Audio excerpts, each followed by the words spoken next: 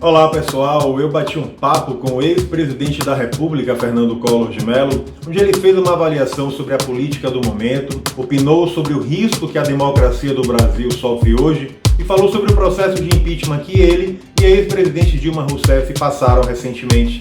Se inscreve no canal, compartilha esse vídeo com seus amigos e dá um like, porque aqui é muita informação. Senador, bom dia, tudo bom? Bom dia, como vai? Tudo bem? Tudo ótimo, graças a Deus. Obrigado por ter aceitado o nosso convite. Eu que agradeço o convite, muito obrigado. Que bom. Primeiro, quero entender como é que o senhor está lidando com esse momento de isolamento social, como é que está a rotina do senhor.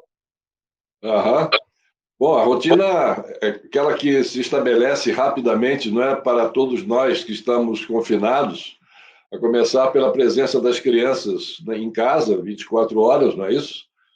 Então, elas têm as aulas delas em controle pelo sistema virtual, não é? Eu tenho também as sessões à tarde do Senado, então ficamos todos conectados aqui remotamente. E nas horas vagas é uma coisa muito boa, é que almoçamos e jantamos, algo que raramente isso ocorria antes com a vida delas, indo para o colégio, eu tendo que ir para o Senado, enfim, cada um com suas atividades, né?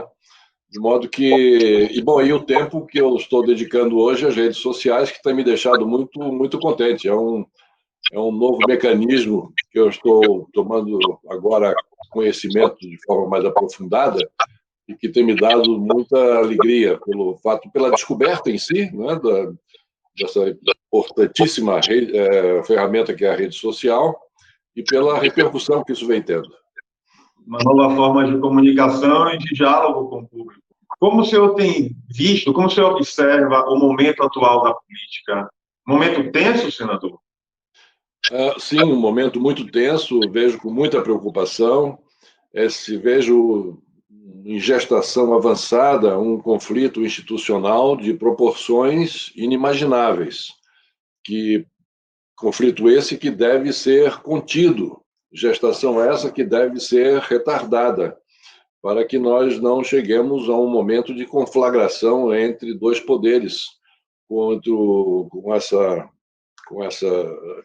esse entrevero, para usar uma palavra mais suave, entre o Poder Judiciário e o Poder Executivo, numa demonstração de que nós estamos realmente precisando de um outro poder, do Poder Legislativo, para acalmar os ânimos e entrar aí como poder moderador que possa evitar que esse conflito gere uma crise institucional.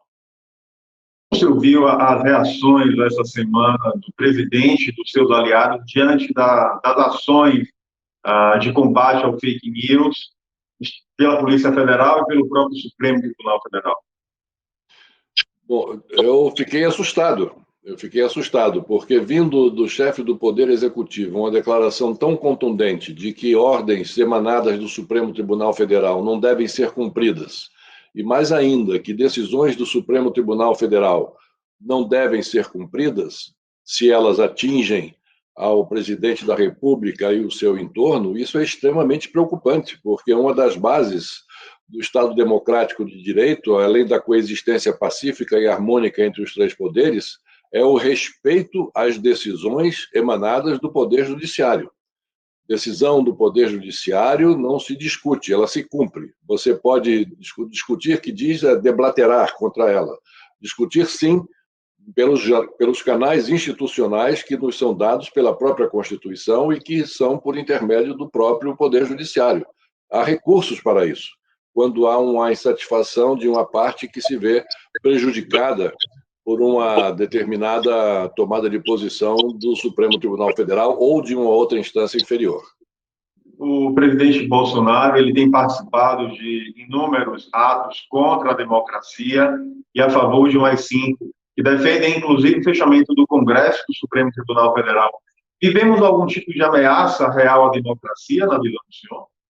Sem dúvida que é uma ameaça velada, se nós quisermos reduzir ao mínimo denominador comum, mas sem dúvida uma ameaça, porque a presença do presidente da República numa aglomeração a par de estar descumprindo as recomendações da medicina, da Organização Mundial da Saúde, da ciência, né, e da academia, participando de aglomerações.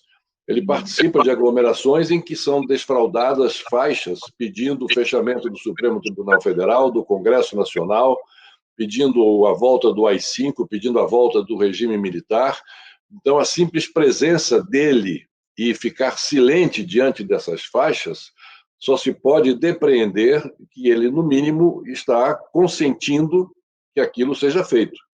E na figura do presidente da República, que está subordinado, é o primeiro subordinado à Constituição Federal, ele tinha que se manifestar contrário na hora, mandar recolher imediatamente as faixas e não se aproximar de aglomerações que trouxessem essas faixas, para demonstrar o seu respeito absoluto às regras da Constituição e ao Estado Democrático de Direito.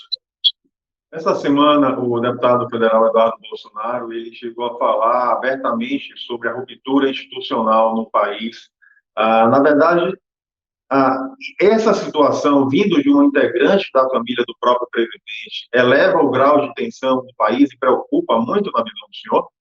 Preocupa, por mais que nós possamos querer relativizar isso, dizendo não, é uma pessoa que é muito jovem, é uma pessoa muito impulsiva, é uma pessoa que não tem experiência ainda, conhecimento, amadurecimento necessário para externar uma opinião de tamanha gravidade, por mais que a gente queira relativizar essa declaração, mas sem dúvida nenhuma é uma afirmação extremamente contundente e, por ser de quem é filho de um presidente da República, e sabendo todos nós de que o entorno familiar do presidente da República é aquele que realmente vem coordenando as ações e reações do presidente da República diante dos fatos que se lhe acometem, então isso naturalmente preocupa, porque é muito difícil a gente imaginar que o filho dele, que é um deputado federal, possa emitir uma opinião desta gravidade sem que ele tivesse tomado conhecimento ou sem que ele, depois de dar essa manifestação, ou feita essa manifestação, ele tenha repreendido o seu rebento, ele tenha repreendido o seu filho. Mas ele não repreende, então nos leva a acreditar, quem cala consciente, de que tudo aquilo que o filho externa tem o apoio, quando não o incentivo do próprio pai. Já há espaço para se tratar do impeachment do presidente Bolsonaro ou falta apoio político e apoio popular para isso? Eu acho que não. Eu acho que não é o momento de falar em impeachment. Nós estamos vivendo um momento de uma gravíssima epidemia que não é somente aqui no Brasil, mas que está causando sofrimento em todo o planeta, e eu quero aproveitar a oportunidade para trazer os meus votos de condolências e de pesar a todas as famílias que tiveram um de seus entes queridos perdidos por essa pandemia e aqueles que estão contaminados e sofrendo com esse vírus, a minha solidariedade. Mas eu quero dizer que impeachment não é o caso de se falar neste momento com uma pandemia desta gravidade acometendo a todos nós. É preciso que esse instrumento da Constituição Federal, que é um instrumento para ser utilizado somente em momentos de muita gravidade, tenha ficado vulgarizado, até pela utilização dele em dois episódios anteriores. Então, se vulgarizou muito o instituto do impeachment, que é um instituto de extrema relevância e gravidade. Então, por essa vulgarização, que por qualquer motivo, ou qualquer momento, por mais grave que seja, esse é um momento grave, se fala, não, vamos tratar de impeachment. Não, não é assim. Nós temos que tratar politicamente com as instituições funcionando. Eu acho que ao Congresso Nacional cabe, nesse momento, um papel relevante, não somente com as conversas do presidente de uma casa ou de outra, indo ao encontro do presidente e tentando amenizar. Não é assim que esse momento requer. Requer um posicionamento realmente do Congresso Nacional, das lideranças do Congresso Nacional, para que possa evitar que essa conflagração já aí colocada entre o Poder Judiciário e o Poder Executivo não leve a um desfecho de uma instabilidade institucional que gerará daí decorrerá momentos imprevisíveis, mas nenhum deles positivos para o país. O que assemelha e o que diferencia o momento da política, do processo de impedimento do senhor, da ex-presidente Dilma, e desse momento conturbado da política brasileira que a gente vive hoje? Bom, são momentos diferentes, são momentos, cada momento desses obedeceu a um requisito, não é um pré-requisito. No fundo, o que nós temos que entender é que o processo de impeachment não é um processo jurídico, ele é um processo fundamentalmente político. E quando há uma insatisfação do Congresso Nacional em relação ao presidente que está no exercício do seu mandato, facilmente o Congresso Nacional transforma essa insatisfação num processo de afastamento do presidente que tem causado essa insatisfação. Então, foi isso que aconteceu nas duas últimas vezes. Na minha vez, a falta de preocupação que eu tive com a construção de uma base sólida de apoio do Congresso Nacional, uma base parlamentar sólida que apoiasse o presidente da República e para com o qual tivesse solidariedade. No episódio da presidente Dilma também foi esse apoio do Congresso Nacional. Enfim, por isso que eu acho que agora, quando as pessoas vêm falando sobre a questão do impeachment, eles vêm associando muito a essa falta de sustentação parlamentar que o atual presidente não está tendo dentro do Congresso Nacional. E isso realmente é um perigo. É preciso que ele, a despeito das inúmeras frentes de batalha que ele próprio vem criando, agora com o Poder Judiciário, que é o mais grave de todos, mas que ele preste atenção na construção da sua base parlamentar no Congresso Nacional.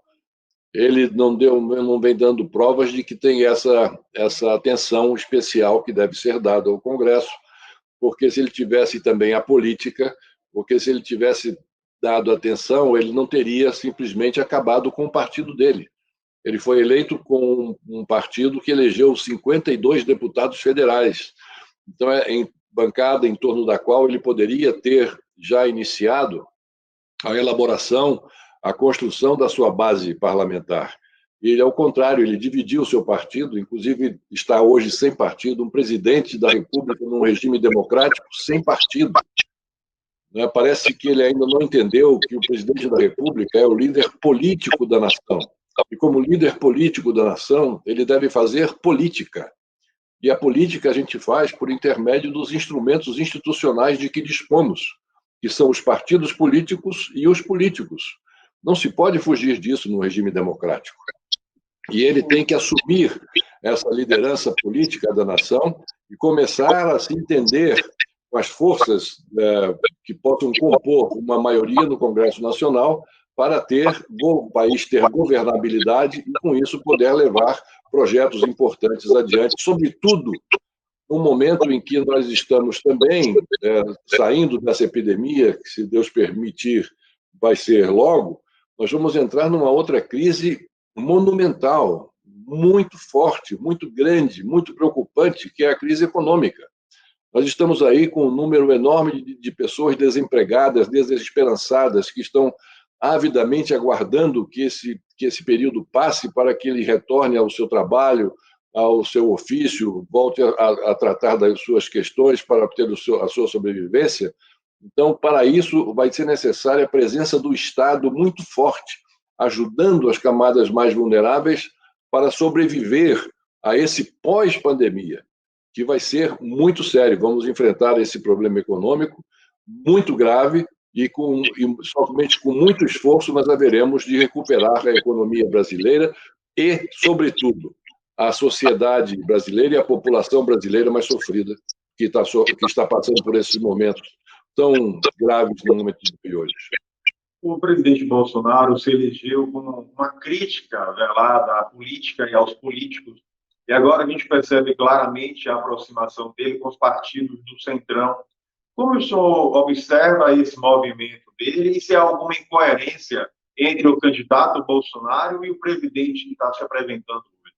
Sem dúvida nenhuma há uma incoerência entre o candidato Bolsonaro e entre o presidente da República, até Muito recentemente, porque naquela manifestação que houve, da qual ele participou, de frente ao quartel-general do Exército, naquele momento em que ele subiu na caminhonete, as primeiras palavras que ele dirigiu aos manifestantes ali presentes, portanto, aquelas faixas às quais nós já nos referimos anteriormente, foi dizer que ele não estaria fazendo entendimento com ninguém, não queria conversa com o partido político, nem com o político. Então, até recentemente. Então, há aí sim uma contradição. Mas essa contradição, como qualquer contradição, precisa ser explicada, caso aquele que se contradiz entenda isso seja necessário. No caso do presidente da República, eu percebo que é absolutamente necessário. Se ele está entrando em contato agora com partidos para compor essa base parlamentar, e aí eu não distingo daqueles partidos que dizem de centrão ou não centrão, todos os partidos políticos estão ali em função dos deputados eleitos pelo voto popular, dos parlamentares eleitos pelo voto popular, fundamentalmente os deputados, que é a base que a gente tem para todos os cálculos que fazemos na divisão dos partidos no Congresso Nacional. Então, é necessário que se faça esse entendimento com todos esses partidos, desde que seja feito esses entendimentos às claras. Esses entendimentos precisam ser feitos com clareza, com a participação e o escrutínio da mídia e de todos nós que estamos aqui circunstantes, que estamos querendo saber o que está acontecendo. Então, essas conversas têm que ser às claras. E, quanto a isso, bem o presidente, para explicar essa contradição, ele tem que dizer: pessoal, ao longo da minha campanha política, até recentemente, eu achava que eu podia governar sem o apoio de partidos políticos. Quero dizer a vocês que eu me enganei. E realmente, para manter o governo e dentro do que diz a democracia, do que permite e determina a democracia, que é de fazer governo da maioria, eu preciso ter maioria no Congresso. E por isso, aquilo que eu falei, que não ia conversar com partidos políticos nem com políticos, eu, como líder político da nação, eu me vejo obrigado a fazer isso, por um dever constitucional e por um dever do exercício do mandato que vocês me concederam nas urnas. Por isso, eu quero explicar a vocês que nós estamos agora conversando com vários partidos A, B e C, e em torno de um projeto nacional de país. Estamos conversando não somente de fazer parte do governo, não é somente isso, nós temos que estar construindo um projeto de governo, em torno do qual esses partidos se aglutinem e que reflitam essa aglutinação do governo na sua base lá na Câmara dos Deputados, que é o que ele procura fazer agora. Mas tem que realmente explicar essa contradição para ficar claro para a sociedade e não tem que fazer distinção entre partido A, B ou C. Todos os partidos têm a mesma representatividade e têm o mesmo valor dentro da democracia porque foram eleitos. A gente vê na Itália, agora acontecendo na Itália, partidos da extrema-direita, não é, da Lega Norte, fazendo acordo com partidos da esquerda para formar uma maioria para poder governar. Então, são ideologias completamente diferentes e que estão se juntando para ter maioria no Congresso lá italiano e poder governar. Nós estamos vendo em Israel, agora, recentemente, a eleição, 3 eleições em Israel, para a eleição da maioria de um partido que tivesse maioria. Em 3 eleições, nenhum dos 2 partidos principais conseguiram essa maioria. Aí, depois, ao fim da 3ª eleição, os 2 contendores principais resolveram se sentar e conversar, poder encontrar uma forma de composição, de consenso. E eles chegaram a isso à luz do dia, com a imprensa participando, e dividiram os ministérios em 2 partes. Essa parte fica com você, essa parte aqui fica com o meu partido, e vamos agora governar. Inclusive, dividiram não somente o número de partidos, mas dividiram também o próprio mandato. Cada um vai governar, exercendo o mandato de primeiro-ministro, a função de primeiro-ministro, com o outro. Então, isso, numa democracia como a israelense, que é um país incrustado numa região extremamente conflagrada, mas que faz isso também. Então, essa é uma prática de qualquer país democrático. Isso não existe nenhuma surpresa quanto a isso. O que é fundamental é o seguinte: nós sabemos que o governo, num sistema democrático presidencialista, que não tenha maioria parlamentar, ele não governa, ele não consegue chegar ao fim. O ex-deputado Roberto Jefferson, eu conversei com ele aqui durante a tarde, e ele falou que ou o presidente Bolsonaro se alia ao Centrão ou ele cai. É esse o entendimento do senhor também? Não, eu acho que ou ele, eu diria de outra forma, ou ele constrói a sua base parlamentar com partidos, independentemente quais sejam, ou ele não conclui o seu mandato. As instituições democráticas do país, elas estão fortalecidas suficientemente para sustentar esses arroubos, esses discursos acalorados do presidente Bolsonaro, como nós vimos ontem, na porta do Palácio da Alvorada e do Planalto? É isso que me preocupa, porque há uma certa exaustão. Essas coisas, as pessoas começam a querer, novamente eu vou usar o termo relativizar. Estão querendo relativizar essas declarações do presidente, dizendo, não, isso é uma bravata, e não, isso é porque ele é assim mesmo, é do jeito dele, todo mundo sabia que ele era assim, enfim, e vai assado, mas as pessoas podem ter o seu temperamento, mas quando guindadas a uma função, como ele foi guindado, de chefe de Estado e chefe de governo, presidente da República, o temperamento de qualquer um que lá chegue tem que ser amoldado à liturgia do cargo, tem que ser moldado e seguir os parâmetros de conduta exigidas por um presidente da República, que exige, sim, contenção do seu palavreado, do uso vernacular de palavras absolutamente impróprias para se dirigir ao eleitorado e às pessoas, tem que se comportar em conformidade com o cargo que ele está exercendo. Isso é fundamental, não podemos relativizar isso, até porque o que ele vem falando vem atingindo as raias de um processo que nos leva, pelo seu método, vai desembocar num fascismo. É um método fascista, com essas declarações e essas brigas e esses entrechoques fortes com as instituições, desmerecendo as instituições e outras coisas mais que ele vem fazendo, isso é próprio de uma caminhada rumo a um regime fascista. Então, a gente não pode relativizar isso. Nós temos que entender isso como algo que agora sério, já chega, já tem 1 ano e 4 meses de conflitos diários sendo criados, conflitos esses gestados dentro do próprio Poder Executivo, por obra e arte da figura, pessoa do presidente da República.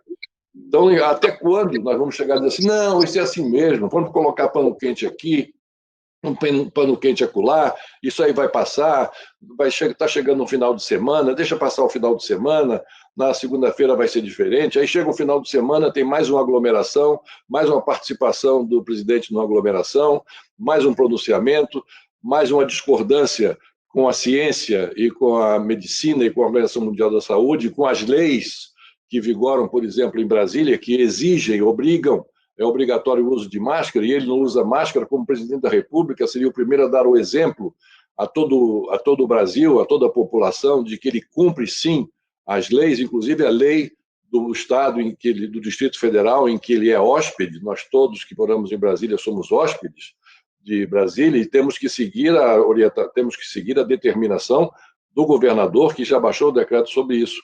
Então, participa dessas aglomerações e vem mais essa crítica ao Supremo. Agora vão falar dos ministros que estão aí mais comentados em função das medidas que adotaram recentemente.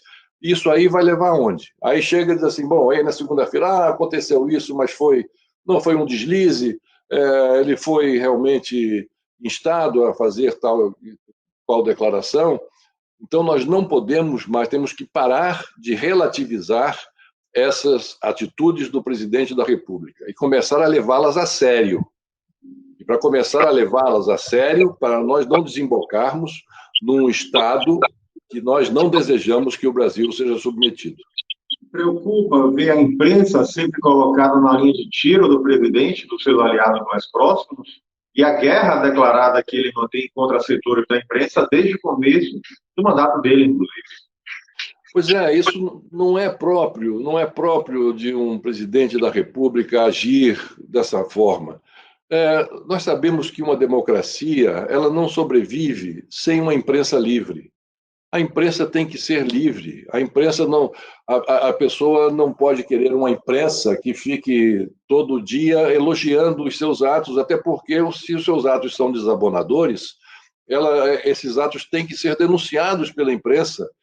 E nada melhor do que uma imprensa livre, inclusive, para guiar quem está exercendo um mandato no Poder Executivo, de um modo geral, em relação a qualquer poder, mas no que tange ao Poder Executivo.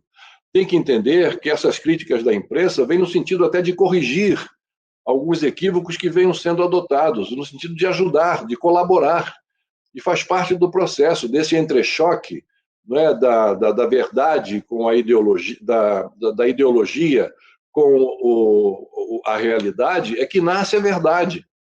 Então, é isso que precisa ser entendido. E esse combate que ele faz abertamente a órgãos de comunicação, inclusive dizendo que vai cortar recursos de publicidade para determinados órgãos, ameaçando que concessões de rádio e televisão não sejam dadas, renovadas, tudo isso são ameaças veladas a um instituto da livre expressão, da livre imprensa, da imprensa livre.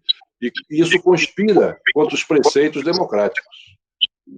Senador, a gente viu aí nos últimos dias o Supremo Tribunal Federal atender, a pedir, na verdade, a Procuradoria-Geral da República para confiscar o celular do presidente Bolsonaro e de integrantes da sua família. Há aí uma interferência entre os poderes ou, na visão do senhor, há excessos nessas críticas? Não há interferência, não está havendo nenhuma interferência, está se seguindo o rito democrático, constitucional e as leis vigentes no país. O que aconteceu foi que o ministro do Supremo recebeu uma solicitação. Então, em relação a qualquer solicitação que chegue lá, desde que alicerçada por alguém que tem direito a fazer isso, no caso foram os partidos políticos, o ministro o que faz? Abre vistas imediatamente para a Procuradoria-Geral da República. Isso é uma coisa natural. E aí o presidente se insurge contra o fato do ministro do Supremo, o relator, ter tomado uma decisão que é praxe, que é o normal, que é o natural, que é o caminho natural de seguir. Não tem nem o que se pensar. Mandou incontinente, assim que recebeu, manda para o Procurador-Geral da República, quem tem a prerrogativa, a Procuradoria-Geral, de fazer a denúncia, de ser o órgão denunciador. Então, abriu vistas à Procuradoria-Geral da República. A Procuradoria-Geral da República já deu o seu parecer, me parece, ontem, dizendo que é desfavorável a tomada do celular do presidente da República. E agora o ministro vai decidir. Então, isso faz parte do jogo democrático. Não há nenhuma atitude aí contrária à pessoa do presidente, que se sentiu muito ofendido, porque acha que, como presidente da República, ele é inatacável, ele é intocável, nada pode acontecer em relação a ele, aos seus familiares ou aos seus amigos, e não é assim. Numa democracia, as coisas não funcionam assim. A democracia é um sistema de freios e contrapesos. E isso acontece, a isso está sujeito. Agora mesmo, na América do Norte, dos Estados Unidos da América, o atual mandatário ele foi submetido a um processo de impeachment. A gente se lembra. E foi aprovado na Câmara dos Deputados o processo de impeachment do atual presidente.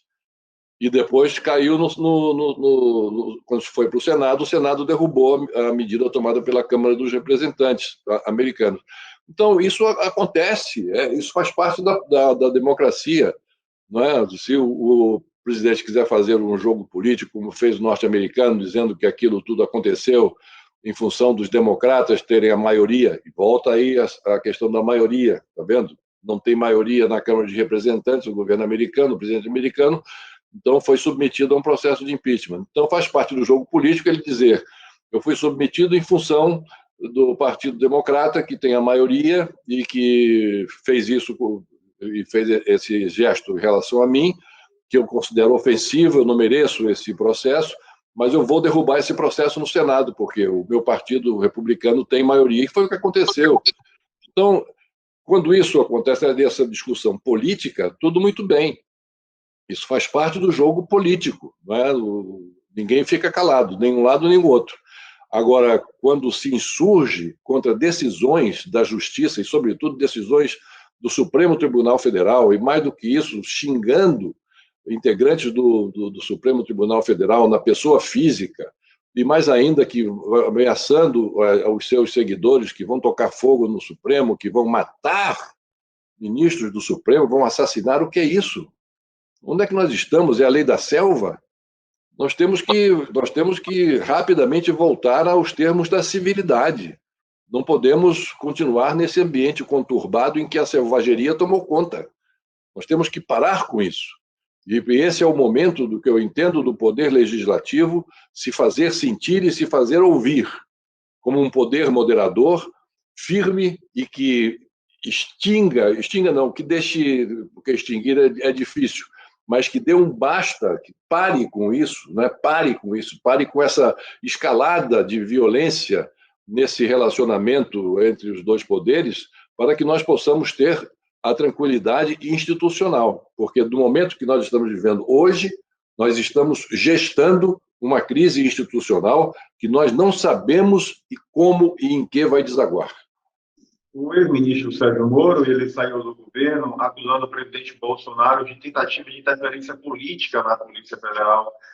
Com a divulgação do vídeo da reunião, qual a avaliação do senhor? Houve realmente uma tentativa de manipulação da PF ou não?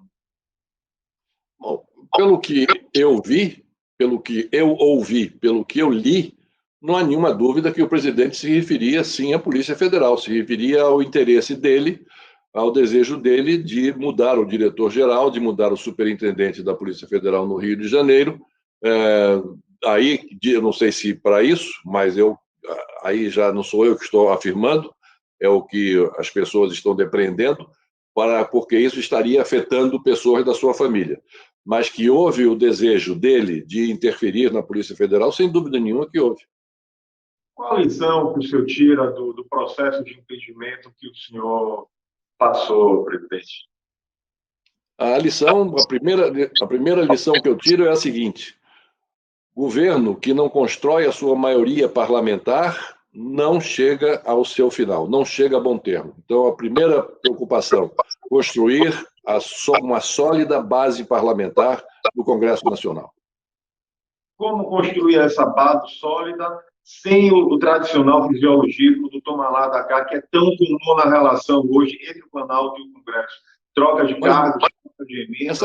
Essa questão do toma lá da cá, é uma forma pejorativa de se falar do entendimento político que faz parte do processo democrático.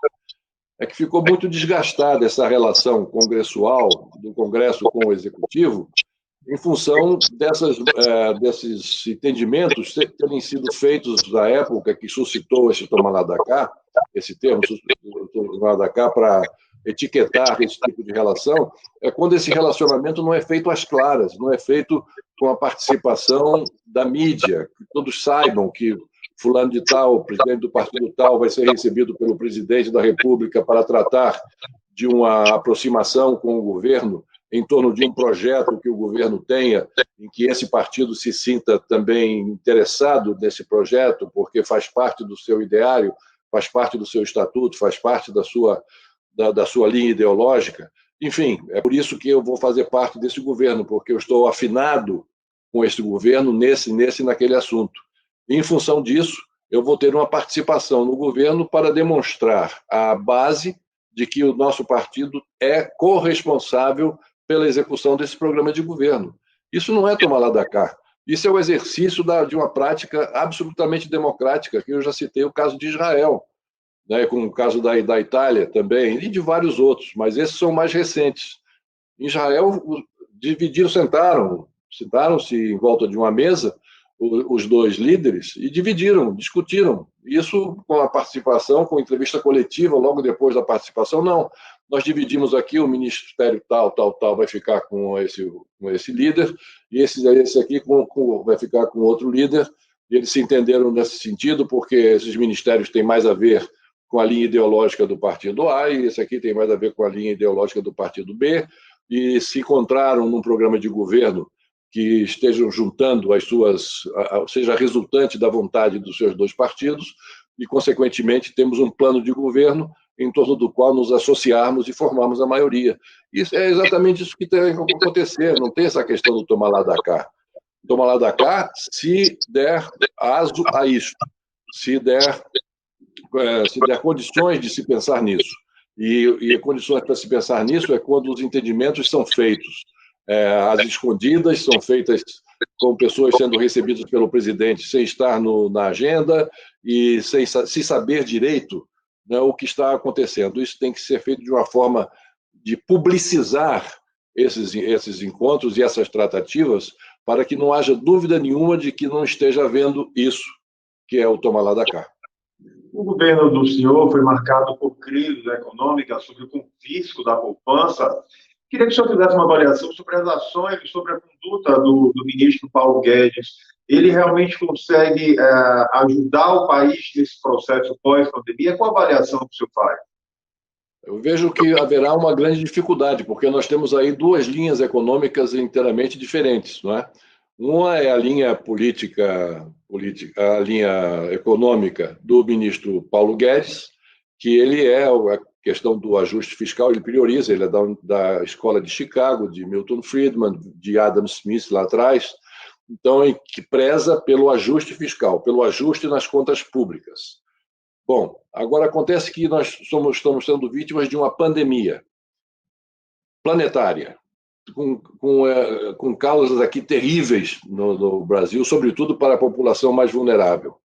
Então, nesse momento, cabe ao Estado fazer o quê? Fazer o máximo do máximo para prover as necessidades daquelas camadas mais vulneráveis da população. Significa fazer chegar na ponta da linha recursos, como vem fazendo, inclusive, o governo, de forma louvável. Com essa questão dos R$600, embora isso precise ser estendido por mais tempo, mas, enfim, já tem 50 milhões ou 60 milhões de pessoas já receberam esse auxílio, fora os microempresários e pequenos empresários, e já tem uma lei votada no Congresso, sancionada pelo presidente, mas até agora os bancos ainda não resolveram essa questão. É preciso que o governo federal entre de rijo nessa questão para obrigar os bancos a fazerem esses créditos e esses empréstimos aos micro e pequenos empresários, que estão todos com a corda no pescoço. Enfim, mas são ações que o governo vem adotando que são meritórias. Então, é isso que o Estado precisa fazer. Ou seja, o Estado que já é de uma linha keynesiana, que é a da participação do Estado no fator de estabilização social. Então, agora está sendo feito isso por obrigação das circunstâncias. E vem sendo dinheiro gasto, não investido esse dinheiro para diminuir, porque não está terminando o sofrimento, mas pelo menos diminuir a intensidade do sofrimento, porque passam milhares e milhares e milhares de brasileiros. Então, o grande problema que nós vamos enfrentar depois passada essa pandemia é a questão econômica. Como é que nós vamos sair do grande problema econômico causado pela pandemia? Então, aí é que vai haver o choque, porque o ministro Paulo Guedes está esperando passar a pandemia para voltar com o seu projeto de reformas e de ajuste. E isso é absolutamente incompatível com a necessidade absoluta que o Estado tem, por dever, por obrigação, de atender a população que está a necessitar dessa ajuda. Isso aí gera um conflito. E desse conflito eu não sei o que vai prevalecer. Tem que prevalecer a presença do Estado nesse momento. Isso vai se contrapor frontalmente com a política idealizada pelo ministro Paulo Guedes.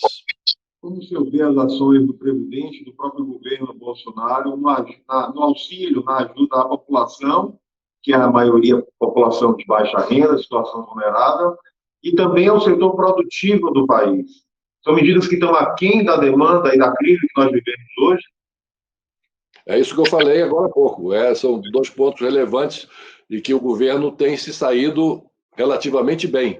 É claro que está precisando de mais coisa, precisando consertar. Eu já citei aqui a questão dos micro e pequenos empresários que estão tendo dificuldade de acesso ao crédito, depois desse crédito ter sido fruto de uma medida provisória do próprio governo e com aprovação já da Câmara e do Senado em tempo recorde, e até agora a implementação desse programa não está logrando êxito. Somente 2% dos micro e pequenos empresários tiveram até agora acesso aos créditos que estão autorizados eles a obterem do sistema financeiro para atender às suas necessidades atuais. E as necessidades dos micro e pequenos empresários são enormes e até agora não foram atendidos. Por isso que eu falei há pouco, é necessário que o governo intervenha fortemente para que o sistema financeiro acorde e venha cumprir com aquilo que está sendo determinado pela lei. Com o ano eleitoral, há uma grande discussão sobre a mudança da data da eleição e até mesmo sobre a mudança, a prorrogação dos mandatos de prefeitos e vereadores. Como o senhor acredita que o Congresso vai se comportar diante da discussão desses assuntos, já que passa necessariamente pela discussão da justiça eleitoral com o próprio Congresso Nacional? Bom, em primeiro lugar, nós temos que dizer que essa discussão ela tem que estar atenta ao que diz a lei, ao que diz a Constituição da República, que eleições serão realizadas no período tal, assim, assado. Isso é o que diz a Constituição. Nós discutirmos essa questão agora significa discutir uma mudança constitucional. Então, nós temos que... as eleições estão marcadas para esse ano, dia 7 de outubro, então é dia 7 de outubro que elas serão realizadas. Mas tem a pandemia. Nós temos que aguardar. Se a pandemia... Não, porque a pandemia, nesse estado de coisa, como é que vai fazer para os mesários poderem trabalhar, as filas que se formam nas sessões eleitorais, como é que vai se manter aquele distanciamento? Enfim, tudo isso são questões que estão levantando. Mas o que nós temos que cerrar fileiras é no cumprimento à Constituição. Então, a eleição está marcada para esse ano, temos que fazer força para que ela seja realizada esse ano. Se precisar de algum adiamento, em função da questão da pandemia, que se adie, mas dentro deste mesmo ano. Não é somente... E a questão da prorrogação do mandato, isso pelo menos não está ainda no farol. Eu vejo que há um movimento dos prefeitos a nível nacional que são favoráveis à prorrogação dos mandatos com a coincidência de mandatos para a eleição em todos os níveis em 2026, 2022, não, 2020, enfim, no período em que haveria então a coincidência de forma que fosse eleito do prefeito, vereador, prefeito, deputado estadual, governador, deputado federal, senador e presidente da República. Então, isso aí é o que eu vejo que há um movimento no âmbito dos prefeitos pleiteando isso. Mas é necessário nós fazermos atenção, vamos devagar com o andor. É necessário que nós primeiro prezemos a Constituição e o que diz a Constituição. E vamos aguardar o que acontece. Vamos aguardar torcendo para que essa pandemia, até as eleições de outubro, ela possa já ter dado uma trégua, de modo que nós possamos cumprir com o que determina a Constituição, que diz respeito à eleição, que é um princípio fundamental do processo democrático. É a eleição, é a renovação dos mandatos, não é? Isso aí, esse escrutínio é fundamental porque faz parte, é o óleo que movimenta a máquina da democracia, é a eleição. Falando de eleição, chegou a ser cogitada a possibilidade do senhor ser candidato na última eleição a presidente da República. O senhor alimenta o desejo de voltar a disputar o comando do Palácio do Planalto? A minha manifestação é que eu desejo sobreviver a esse momento que nós estamos vivendo e passando. Eu desejo sobreviver, chegar em 2022 vivo, passando por essa pandemia, como eu espero que todos nós passemos também, para podermos estar vivos até lá. Esse é o meu desejo.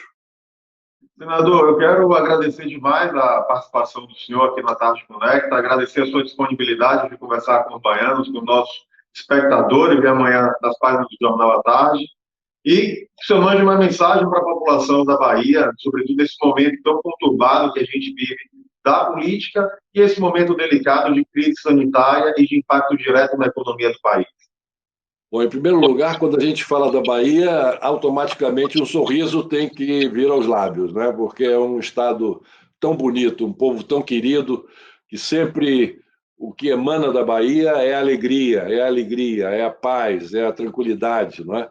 Então, eu queria, em primeiro lugar, abraçar toda a população baiana, abraçar a todos vocês, dizer do meu bem-querer em relação à Bahia e, e também, nesse momento por que estamos passando, transmitir os meus votos de condolências a todas as famílias que têm sofrido com perdas de familiares por essa pandemia do coronavírus. A todos vocês, o meu abraço também de condolências e as famílias também daqueles que estão, de alguma maneira, afetados já pelo vírus, que o restabelecimento desses que estão sofrendo dessa forma possa ser um restabelecimento rápido para que possamos voltar a conviver como nós todos gostamos, apertando as mãos, nos dando abraços e podendo participar de eventos coletivos. A todos vocês, muito obrigado. A vocês que fazem o Grupo à Tarde, o meu respeito, a minha admiração. Obrigado a você, Oswaldo, pelo convite e obrigado a todos que fazem parte da equipe. Já tem a escolha, já está decidido o que é que vai fazer como primeira medida no pós-quarentena, no pós-pandemia? Ainda não pensei, mas vou começar a pensar. Obrigado. Obrigado, senador. Grande abraço. Obrigado. Boa tarde. Boa tarde.